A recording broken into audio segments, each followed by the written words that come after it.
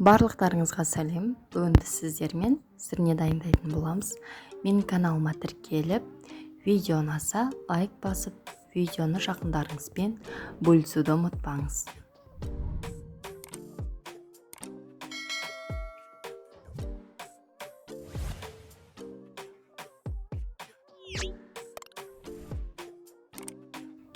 Алдымен пияз бен құйрық майды осылай жұқалап турап дайындап аламыз. Одан кейін етті, жас малдың еті болуы қажет, тез пісетін. Ет ұзалғандықтан мен аздап паприка, қара бұрыш қосып, кішкене тұз салып араластырамын.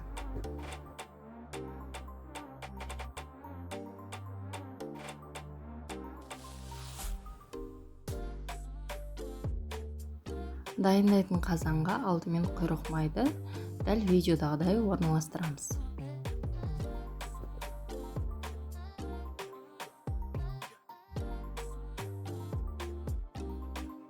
Құйрық майдан соң етті салып, еттің бетіне пиязды орналастырып, қазанның қақпағын жауып, астын қатты қылып 15-20 минутқа қоямыз.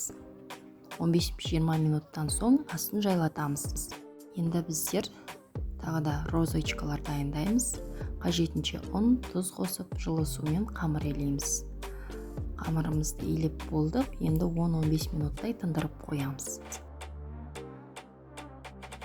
Картоп пен сәбізді осылай ірі етіп турап дайындап аламыз.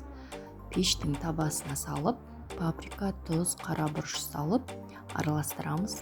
1 сағаттай уақытқа 200 градуста пеште пісіріп алатын боламыз. Қазанның ішіне пісірсеңіздер де болады. Маған осылай бөлек пісірген ұнады. Өйткені езілмей әдемі болып піседі. 1 сағаттай уақыт өткен соң қазанымызды ашып, қақпағын, еттерді араластырып қоямыз.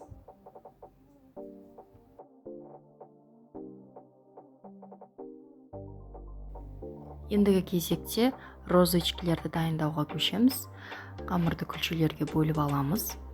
Мен начинкасына сәбізді теркадан өткізіп, тұз бұрыш салып, сұйық маймен араластырдым. Қалауларыңызша жасасаңыздар болады.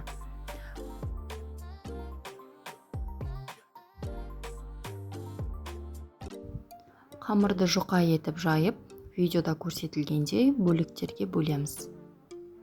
Әр бөлікке начинкамызды салып, дәл видеода көрсетілгендей етіп ораймыз.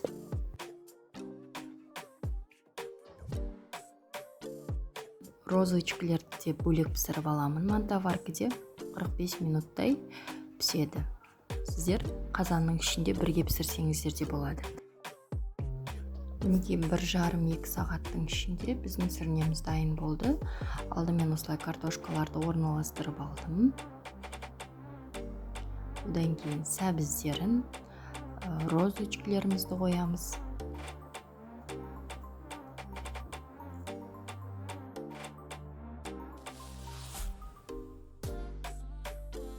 Картошкаларымызды, сәбіздерімізді, розочкаларымызды, сүйектерді, еттерді барлығын әдемілеп салып болған соң, қазанның түбіндегі майын барлығына сіңімді болатындай етіп, бетіне құйып шығамыз.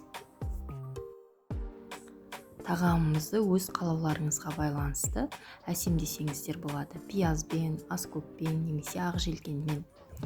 Барлықтарыңызға ас болсын.